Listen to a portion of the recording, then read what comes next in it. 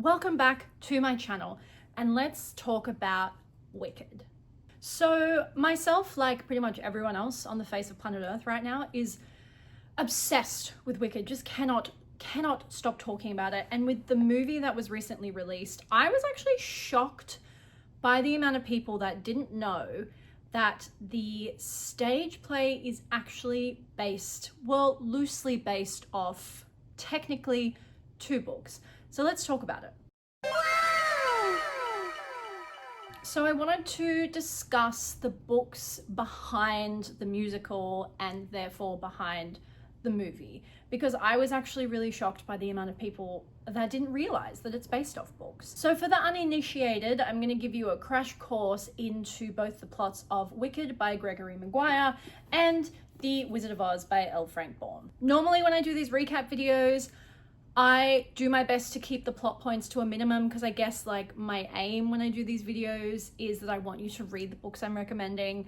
I usually keep the plot points very, very vague, no spoilers. This is not going to be that type of video. This is your formal warning.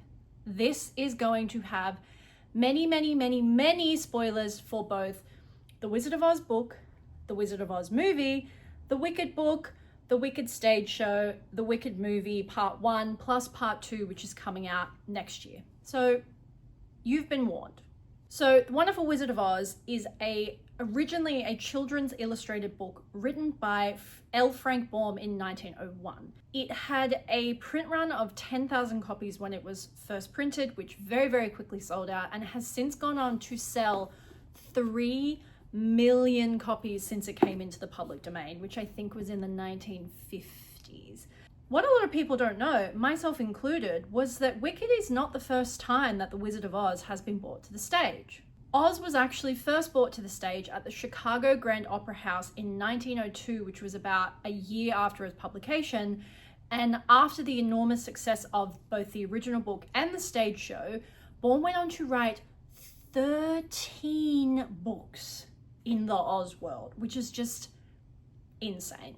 So for those who don't know, let's do a very quick crash course plot recap of the Wizard of Oz book. So Dorothy is a young girl living with her aunt and uncle in Kansas.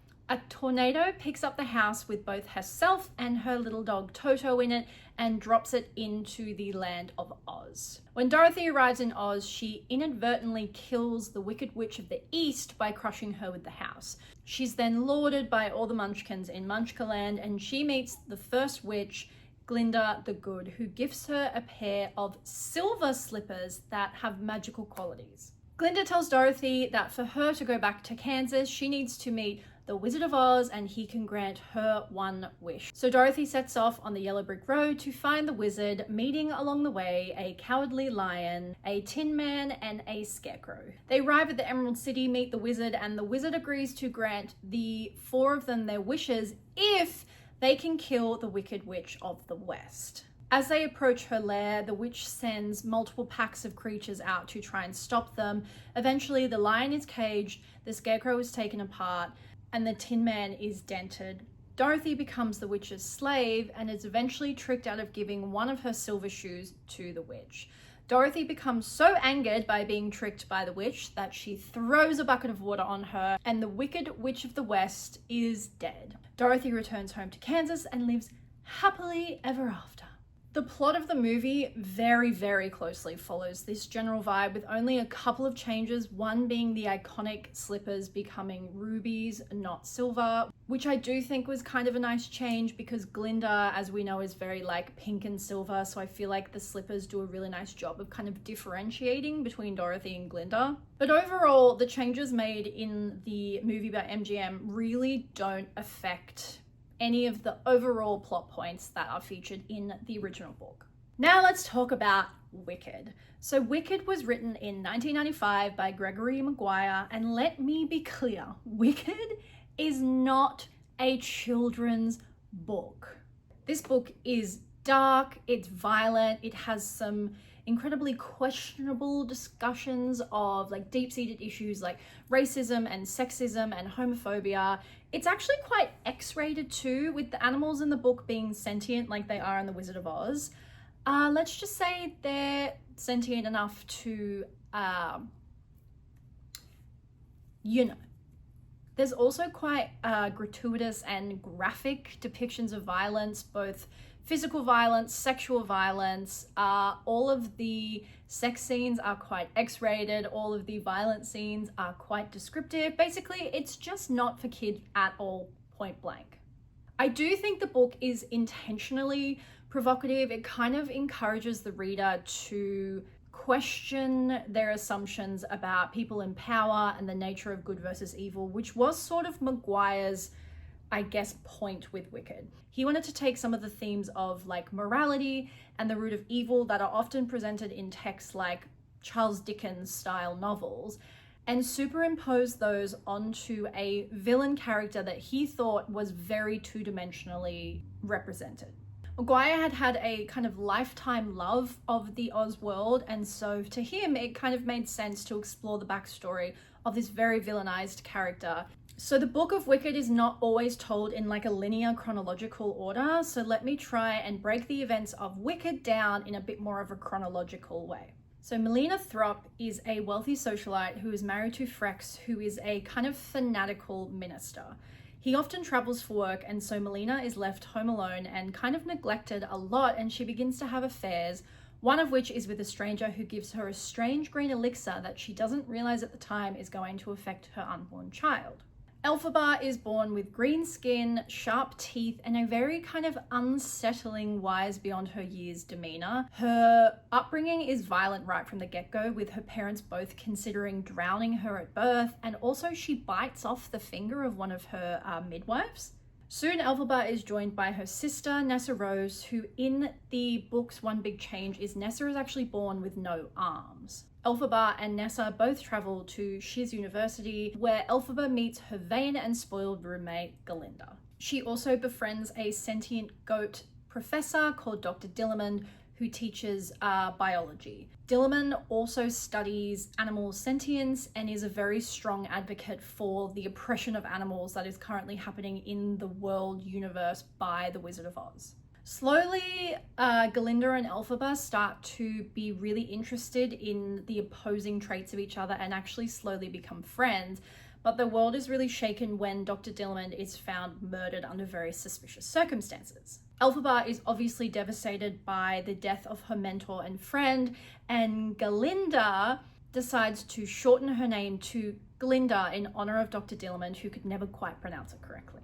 Madame Morrible, who is the headmaster of Shiz University, attempts to recruit both Glinda, Nessa Rose, and Elphaba as part of the Wizard's administration. Elphaba is horrified as she and many others suspect that the Wizard is actually behind the death of Dr. Dillamond, so she runs away and joins a resistant movement against the Wizard. When she does this, she cuts ties with everyone, including Glinda, who is hurt by her sudden departure, and this is where the rift between them begins to grow. Elphaba's rebellion against the Wizard starts to kind of turn her bitter and quite hard, and she does eventually reunite with one of her Shiz classmates, Fiyero, who is now a married prince, and he becomes involved in her resistance too. And at the same time, Elphaba's sister Nessa Rose has become the governor of Munchkin Land after she's given a pair of enchanted silver slippers by Elphaba, which are intended to help her be able to walk with grace without arms.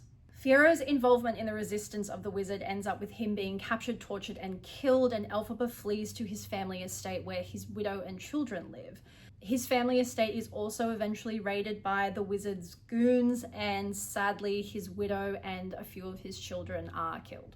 Brokenhearted by the death of Fiyero and her, I guess, involvement in the death of his family, Elphaba fully embraces her given title of the Wicked Witch of the West, and this is when she becomes a really, really hardened heart. Meanwhile, in Munchkin Land, Nessa Rose has kind of become like a bit of a dictator, and thanks to the magical slippers she has, she's able to kind of get away with a lot of stuff. She is eventually killed when Dorothy enters Kansas and, as we know, drops the house on her and kills her. Dorothy is given the shoes by Glinda, not understanding their significance, and Elphaba becomes obsessed with trying to get the shoes back from Dorothy. However, when she actually does encounter Dorothy, she's struck by how young and innocent the girl is and can't actually bring herself to hurt her. Throughout all of this, Elphaba also discovers that the Wizard of Oz is actually her biological father. During their final confrontation in the book, Dorothy, like the original story, throws a bucket of water on Elphaba, and Elphaba melts away, leaving behind her tragic legacy as a very misunderstood villain. So as you can see, there are really, really big noticeable differences between the original text of The Wizard of Oz and the text Wicked that tells the prequel kind of backstory of Elphaba. I think what the stage show has done so well, and the reason why it is so beloved by so many people, is because I think it's taken the best elements from the original text and the best elements from Wicked and kind of combines them together to make its own story. It takes the best parts of Maguire's incredibly complex character development of Elphaba and then the fun, light-hearted aspects of The Wonderful Wizard of Oz, and just very cleverly works them in together to tell a story that obviously millions of people love. So let's quickly talk about the big characters from The Wonderful Wizard of Oz that are missing from the Wicked story but are involved in the Wicked screenplay.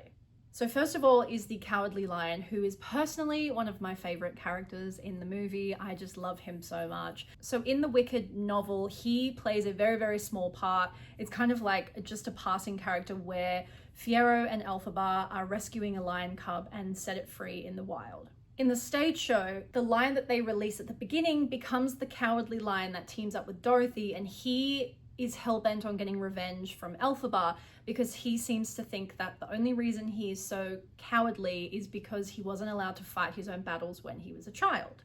The Scarecrow character is actually a very clever combination of Fiyero and the Scarecrow from The Wonderful Wizard of Oz. In the stage play, the Scarecrow is actually accidentally created by Elphaba when Fiyero is captured by the wizard and she casts a spell to try and protect him, but accidentally turns him into a scarecrow instead. The Tin Man, I think, is the best demonstration of how these two worlds are combined. So the Tin Man is actually a munchkin called Bock, who Nessa is in love with, but he does not reciprocate. When Nessa becomes a bit of a tyrannical leader, Bock tries to leave, and Nessa tries to cast a love spell on him, which backfires and shrinks his heart too small, and he becomes the Tin Man. I think the other huge noticeable difference between the original text and the stage play is the text ends in a very kind of ambiguous way, like you assume that Elphaba has been killed by the water, but it's never kind of specifically stated. I really liked the fact that they gave a character who had a really hard life a happy ending. So in the stage show in part 2, when Dorothy throws the bucket of water on Elphaba, she melts away and is presumed dead and everyone celebrates. But what we see when, I guess, the celebrations fade into the background is that she has actually used the spectacle of the water being thrown on her to hide in a trapdoor where Fiyero finds her and they get to wander off into the sunset together and in love, finally. In the original book, it focuses so much on the political intrigue, and I love how the adaptation has done an incredible job of taking the heart of the book, which is the concept and the root of the very nature of evil, and the kind of nature versus nurture debate, while adding incredibly beautiful, joyful songs. I think the stage show also does a fantastic job of really showing the grey areas of people and the grey areas of what good versus bad is. The Wicked Witch of the West, as she is named by the wizard and his administration, is actually behind the scenes advocating for the rights of a marginalized group of people, which is the animals, which is obviously kind of a metaphor for protests and things like that we deal with in current society, like the systematic oppression of marginalized people in our political system. But she's branded by the public as bad, as wicked, as evil. Whereas Glinda the Good, who has really made some questionable choices to get to her place of power, is branded as good. While neither of them are bad people, they do bad things or they do good things. And I think that's a really, really wonderfully complex way of portraying how people are. There is no person who is pure evil. There is no person who is pure good. We all have shades of grey. I have loved this musical since I was lucky enough to get to see it years and years and years ago when it came to Australia. If you haven't seen the stage show and you get the opportunity to, please do. If you haven't seen the movie, please go see it. I think it's so well done, especially if you are a fan of the stage show. I know this was like a little bit of a different kind of video, so I do hope you enjoyed this deep dive on the history and the timeline of Wicked and how it intersects with The Wonderful Wizard of Oz. And with that, I will leave you with one of my favorite lines from the stage show. Are people born wicked, or do they have wickedness thrust upon them?